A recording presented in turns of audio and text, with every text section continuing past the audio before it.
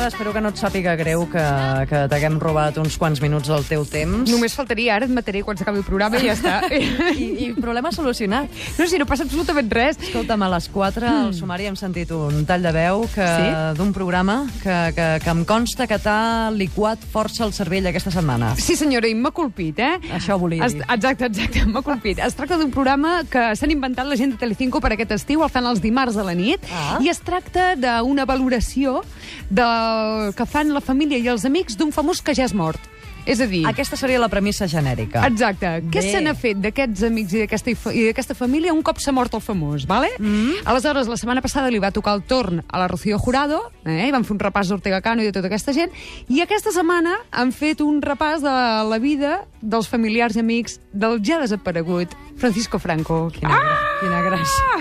Sí, fa una gràcia, i vaig aplaudir, crispetes a casa, estàvem tots un content, era una cosa meravellosa, Bé, escolta'm, doncs, si et sembla, anem a agafar el bou per les banyes. Sí, sisplau. I escoltem com començava aquest programa que es deia Sin Franco nada es igual. Buenas noches. 36 años de la muerte de Francisco Franco y, como acabamos de ver, muchas cosas han cambiado desde entonces para los familiares del dictador.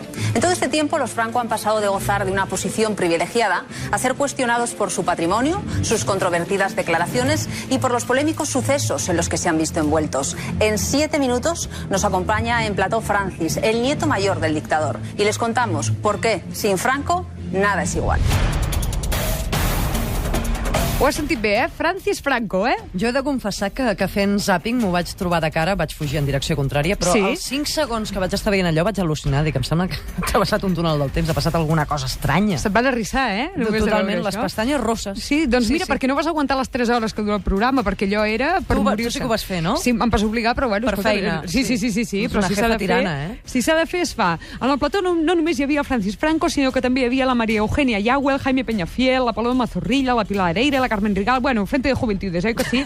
Doncs es veu que tota aquesta gent hi eren per fer una miqueta de coixí a un periodista que es deia Antonio de Olano, un periodista molt rigorós, fatxa, però molt rigorós, Tothom té al cap la postoleta dels periodistes aquests que feien de coixí.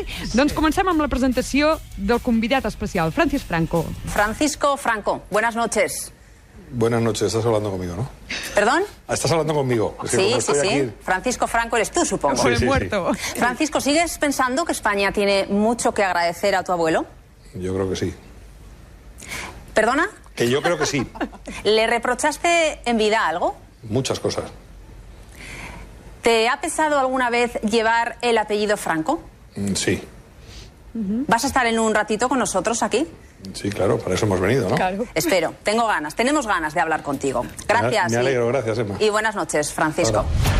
Però si només parlava ella. Sí, és clar, vull dir... És que després va confessar que està una miqueta sord. Saps? Potser s'havia deixat el sonotone a casa, bé, no ho sé. No ho sé, però bé, només amb això És ja ens més hem fàcil parlar amb un lloro que amb aquest home, trobo. La veritat és que sí. I també ve més de gust. Això de que l'Emma digués tenemos ganas, vas a tener ganas tu, nena. Francisco Franco, buenas noches, dius, ostres, que m'he perdut. És a mi, pollo. Bé, el tema és que no ens ha sorprès que aquest senyor digués això. A mi em sorprendria més que aixequés el puny i cantés la Internacional, oi que sí? Però li van donar el tret de sortida al programa. Comença, i això és el primer que ens ensenyen, la vida íntima d'en Franco. I no em refereixo a en Franco retozando amb la seva senyora a la Collares pels puertos, Acabaríem tots marejats. Em refereixo a la intimitat de la seva vida en família i les seves aficions. Endavant.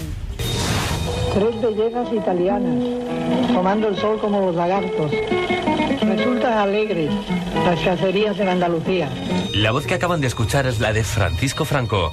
Estas imágenes se han visto en contadas ocasiones y corresponden a las grabaciones que hacía el dictador con su propia cámara durante las cacerías. Cayó uno, otro le cayó. Ahí va, pobrecito.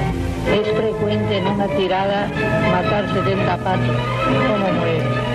El caudillo era aficionado a grabar películas en 8 milímetros y se encargaba personalmente del guión y de la elección de la música. Has vist, que maco? Era aquest senyor, fotia unes coses, unes virgueries, uns vídeos amb 8 mil·límetres i amb slow motion que deixaven a tothom flipat, Al cinema li agradava. No, home, i tant, fotia aquells guions. Primer pelava gent i després feia guions pel cine, Sí. Una cosa maca de veure, Tot això és realment apassionant, M'encanta que ens apropin la figura d'un assassí, del dictador, i que ens el faci molt més humà, molt més proper, Perquè al cap i a la fi pelava gent, però també era persona, i això s'agraeix. Passem a un altre dels moments àlgids del programa. El tallarem a la meitat perquè aquest senyor costa com de sentir, És el senyor aquest que era gran, a l'Antonio de Olano, el periodista aquest que tenien convidat, sí? que li van fer una pregunteta, Li van dir, escolta, Olano, tu què tal això del Franco? Tens el que diu.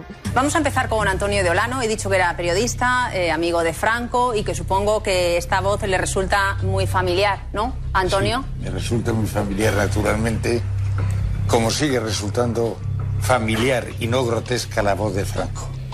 Yo estoy aquí por vosotros, vine con Utrera Molina, que escribió el gran libro Sin cambiar de bandera. Ha cambiado de lugar, posiblemente, porque aquí no se le ha atendido debidamente, y lo hago por vosotros, si no, ahora mismo me levanto, porque todo lo que se ha dicho ha sido injurias a Franco, a su régimen y a su familia. Nosotros hemos dicho lo que hemos querido. Diga usted también, Antonio, lo que le dé la gana, porque esto sí que es una democracia, le puedo asegurar. Que ha estat bé, la Emma, ha estat ràpida. Estic tenint por. Sí. És normal? Bueno, tampoc cal patir gaire. Pensa que aquest senyor és gran, també. Vull dir que... Bé, és igual. No faré judicis de valors, Bé, això no és tot. Això no és tot, perquè una de les periodistes que feia de coixí en aquest senyor Olano, es diu Paloma Zorrilla, que quin nom també, pobreta, l'he anat a tocar, oi que sí? Quina mala sort. Doncs a la pregunta...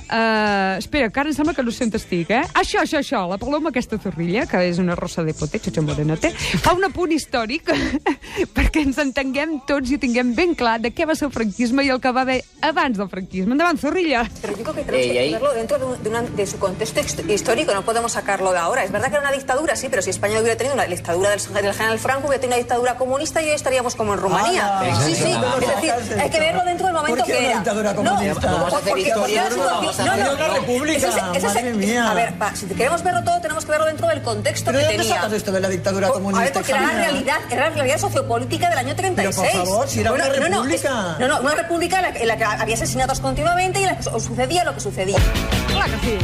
Home, sí. La república era una dictadura comunista. Bravo! Sí, m'ho apunto. Espera't, la república... Aquesta nena li van posar un 0 a història i això ho té clavat i ara s'inventa. El primer que li ve al cap ho deixa anar, Era una dictadura comunista. Déu-n'hi-do. I tant. Però no es queda aquí la Zorrilla, perquè li pregunten si a casa en Franco eren gent senzilla i austera. Atenció. Fíjate si fue austero que en el momento, cuando ya está francamente mal y van a operarle, se quedan sin luz. Cualquiera que hubiera tenido el poder absoluto que él tuvo y cualquiera de nuestros políticos hubiera estado en un hospital maravilloso, y no el que estaba en el Pardo, en esas condiciones.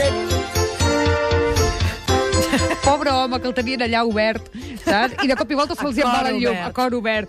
Diu, apa, apreta la burra, que se'n va la llum! I aquell home allà, lo queréis hacer bien esto? Bueno, clar, tu imagina't. Vull dir, se't queda allà mort i tens un puro, Voldria recordar que som a l'any 2012 i que una cadena de televisió privada, però m'és igual, la que exacte, dedica 3 hores, m'has dit, llargues de temps. Sí. Justificar i enaltir la figura d'aquest senyor, Estic al·lucinant. Però no es queden aquí, perquè llavors van fer com un recull de frases del Francisco Franco Jr., que és el net, oi? Frases cèlebres que havia dit just a la mateixa cadena de Telecinco en el programa del Jordi González. Això és el que ha deixat anar per la boca aquest perla. El que no ha pasado página después de 72 años es un enfermo mental. A pesar de estas duras palabras, Francis es capaz de recuperar un tono conciliador para seguir defendiendo la memoria de su abuelo. Te dirigiste a mi abuelo como un dictador asqueroso. Exactamente fueron tus palabras. A mí me dolió mucho.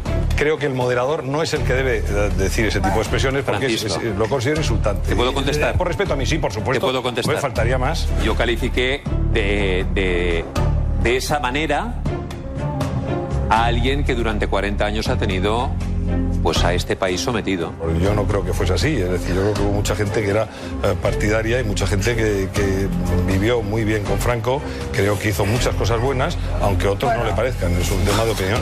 De lunes a domingo voy desesperado. I fins aquí era un programa dedicat a un home que, no oblidem, va reprimir, va assassinar, va lluitar per la incultura, va crear un país endarrerit i a la cua d'Europa i, a més, portava una banda de Miss Espanya, perquè allò que portava era de banda de Miss Espanya, I a més amb ulleres de sol i bigoti. Tota la vida, sí. Ai, si en Franco aixequés el cap. Bé, esperem que no l'aixequi mai ni ell ni cap dels seus, Sin Franco, nada és igual. És un programa que, per sort, si no ho he entès malament, només s'ha emès una vegada. No s'emetrà dimarts a la setmana que ve ni cap dia. No. Una vegada i prou. I ja està. Lliurament únic. Lliurement. I, a més, una última cosa. Si això ho haguéssim fet a Alemanya amb un senyor que també va pelar molta gent. Que també portava bigoti. Que també portava bigoti. Potser, i dic potser, els hi xapen la cadena el dia següent, però... nada és igual.